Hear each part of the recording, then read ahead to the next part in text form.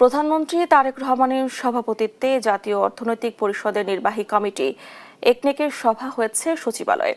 রোববার সকালে বাংলাদেশ সচিবালয়ে মন্ত্রিপরিষদ বিভাগের সভাকক্ষে এ সভা শুরু হয়। এতে ৭,০০০ কোটি টাকার ১৭টি প্রকল্প উপস্থাপনের খবর জানা গেছে।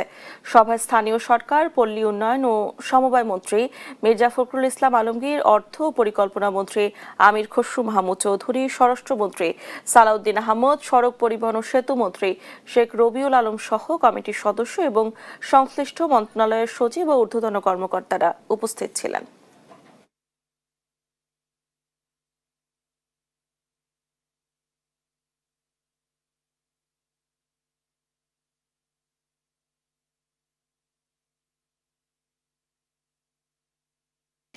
একনেক সভার নিয়ে জানাতে যুক্ত হচ্ছেন সহকর্মী ঝর্ণা রায়। ঝর্ণা, একনেক সভার সিদ্ধান্ত সমূহ জানতে পেরেছেন কিনা, এ নিয়ে কি তথ্য আছে আপনার কাছে, জানাবেন আমাদেরকে।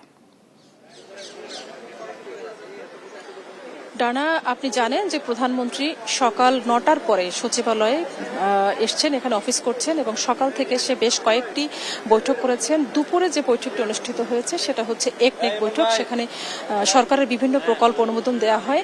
এবারের বৈঠকে ভৌত অবকাঠামো এবং কৃষি, পল্লী উন্নয়ন এবং পানি সম্পদ মন্ত্রণালয়ের বেশ কয়েকটি প্রকল্পে নতুন করে অনুমোদন দেওয়া হয়েছে। এখানে মোট ১৭টি প্রস্তাব এই বৈঠকে উত্থাপন করা হয় এবং এর মধ্যে ১৫টি বিষয় নিয়ে আলোচনা হয় এবং তার মধ্য থেকে ১৩টি প্রস্তাব একদম চূড়ান্তভাবে অনুমোদন দেওয়া হয়। এর মধ্যে রয়েছে কৃষি মন্ত্রণালয়ের ২টি প্রকল্প এবং পানি সম্পদ মন্ত্রণালয়ের প্রকল্প আছে এবং ভৌত অবকাঠামো নিয়েও প্রকল্প রয়েছে।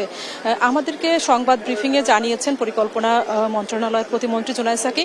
উনি বৈঠক শেষে আমাদের সাথে কথা বলেছেন, গণমাধ্যমের সঙ্গে কথা বলেছেন এবং উনি বলেছেন যে ১৫টি এজেন্ডা নিয়ে আসলে আলোচনা হয়েছে। এর মধ্যে প্রধানমন্ত্রী কিছু দিক নির্দেশনা দিয়েছেন যে প্রকল্প বাস্তবায়নে আসলে যে বিলম্ব হয় এটা খতিয়ে দেখার জন্য একটি তদন্ত করার জন্য বলেছেন এবং ব্যয় সংকোচন কিভাবে করা যায় সেই বিষয়গুলো নিয়েও সংশ্লিষ্ট মন্ত্রী প্রতিমন্ত্রীদের চিন্তা করতে বলেছেন এবং এগুলোও খতিয়ে দেখতে বলা হয়েছে।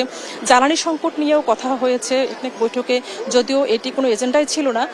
আমরা শুনেছি এটা অনির্ধারিত বিষয় নিয়ে আলোচনা হয়েছে এবং আপনি জানেন যে বিকেল ৩টায় জাতীয় সংসদ অধিবেশন রয়েছে, সেখানেও রয়েছে। জানা এই পর্যন্ত ছিল আমার কাছে।